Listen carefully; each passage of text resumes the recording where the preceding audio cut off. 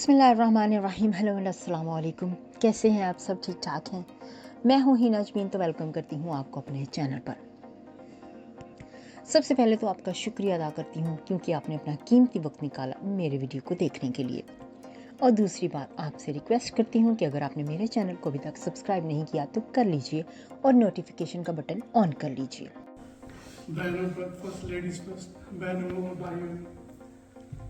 آج میں نے اپنے آپ کو پش کر کے یہاں لے کے آیا. وہ میرا دل نہیں کر رہا تھا, پتہ نہیں کیا ہو جائے.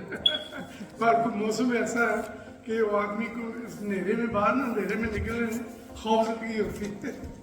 ہماری عمر اشتہار صاحب ایسے بھی نکلنا جو نا شام کے بعد ہم پریز کرتے ہیں. کوشش کی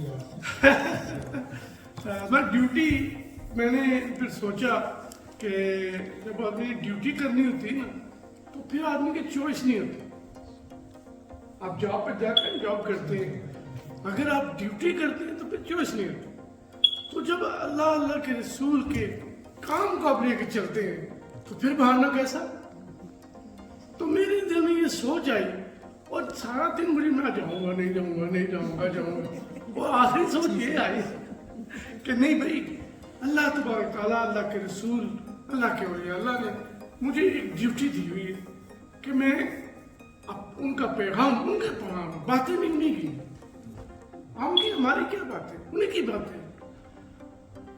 تو میں ضرور جاؤں گا کیونکہ اگر میرا اپنا کام ہوتا تو میں نے ٹیکسی 25 سال کی, سردی گرمی جیسا بھی ہوا, صبح 5 بجے میں جایا کرتا.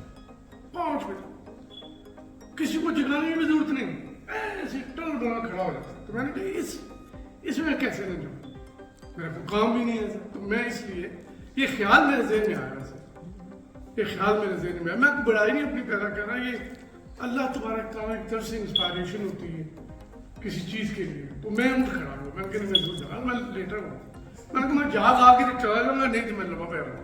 باجی نے میسج بھیج دیا اچھا. تو میں بھی آج ہی ایک روحانی شخصیت ہے ان کے بارے میں بات کروں گا. وہ بھی اسی زمانے میں اسی وقت میں پیدا ہوئے. ان کا نام ہے محمد عظیم برقیہ. ان کا تخلص ہے قلندر بابا علیہ رحمۃ اللہ علیہ. ان کا مزار ہے کراچی شادمان ٹاؤن میں. وہ میرے دادا پیر ہیں اور میرے جو مرشد ہیں وہ خواجہ شمس الدین عظیمی کراچی میں. یہ جو میں نے ابھی روحانی ڈائجسٹ اور قلندر شو دیا ہے یہ وہیں سے آتا ہے. تو وہ بھی 1898 میں اتر پردیش میں پیدا ہوا. وہ اس زمانہ میں رہی تھی. تو وہاں انہوں نے بگننگ میں جیسے ہمارے یہاں یہ پرنسپل ہے کہ چھوٹے بچوں کو گلی محلے کی جو خواتین, ہماری گلی میں خواتین تھی بزرگ, سب اسی سے پڑھنے جاتے تھے کیونکہ اس کو مدرسے نہیں تھی. میں اس لیے 60 کے ارلی کی بات کر رہا ہوں. تو وہاں انہوں نے تعلیم حاصل کی. جب انہوں نے تعلیم قرآن پاک کی حاصل کر لی تو پھر انہوں نے علی گڑھ یونیورسٹی میں انہوں نے داخلہ لیا, 5 سے میٹرک کی. اس کے بعد وہ ان کی جو والدہ محترمہ تھی وہ حضور بابا تاجدین ناگپوری جو ہے ان کے پاس ان کو لے گئے. وہ اپنے وقت کے وہ پائیدار اور اللہ میں سے آپ نے سنا ہوگا نام, ناگپور ان کا مزار. وہ ان سے جب واپسی ہونے لگی تو انہوں نے اجازت چاہیے والدہ محترمہ نے.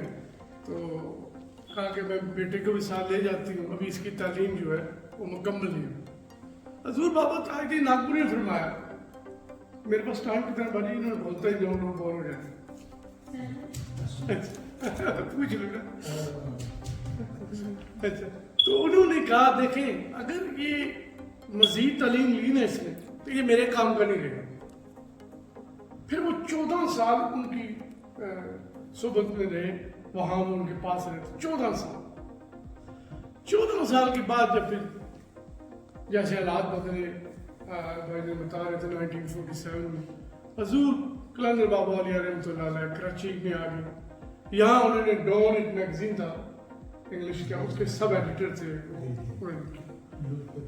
نیوز جی اس کے سب ایڈیٹر تھے.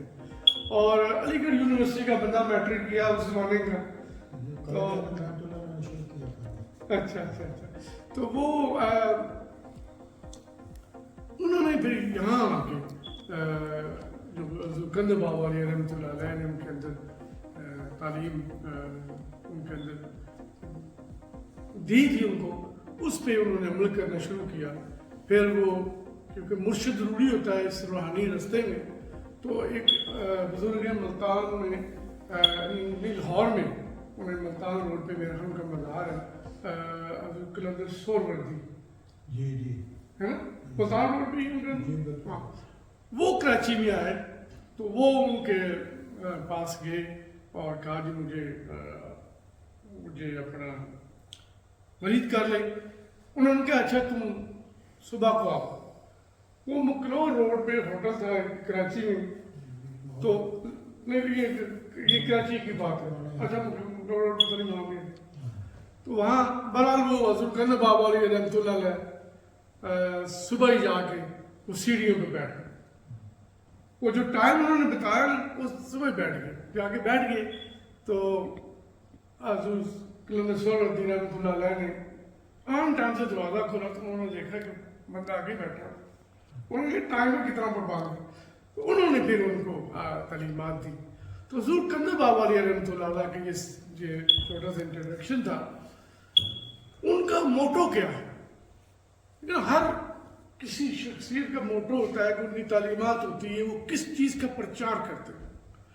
حضور قلندر بابا علیہ رحمۃ اللہ علیہ فرماتے ہیں کہ انسان کا یہ جسم ہے یہ اصل نہیں، یہ انسان نہیں ہے.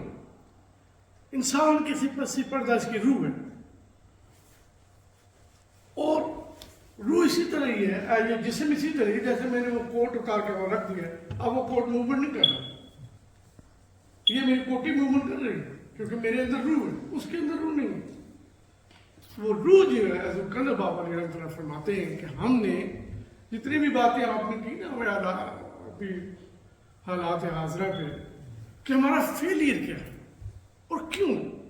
ہمارا فیلئر اس لیے ہے کہ رسول اکرم صلی اللہ علیہ وسلم کی ایک حدیث ہے مر جاؤ مرنے سے پہلے. اس کا مطلب یہ نہیں پھانسی لے لو نہ گلے میں ڈالنا. اس کا مطلب یہ ہے کہ آنے والے زمانے میں جب تم اس جان کو چھوڑ کے اس میں جاؤ گے، اس کے بارے میں تم پہچان کر لو وہاں تمہیں کیا کرنا ہے. نیکسٹ ویڈیو تک کے لیے مجھے اب اجازت دیجیے گا. اپنا بہت سا خیال رکھیے گا. ہمیشہ خوش رہیے گا. Bye bye.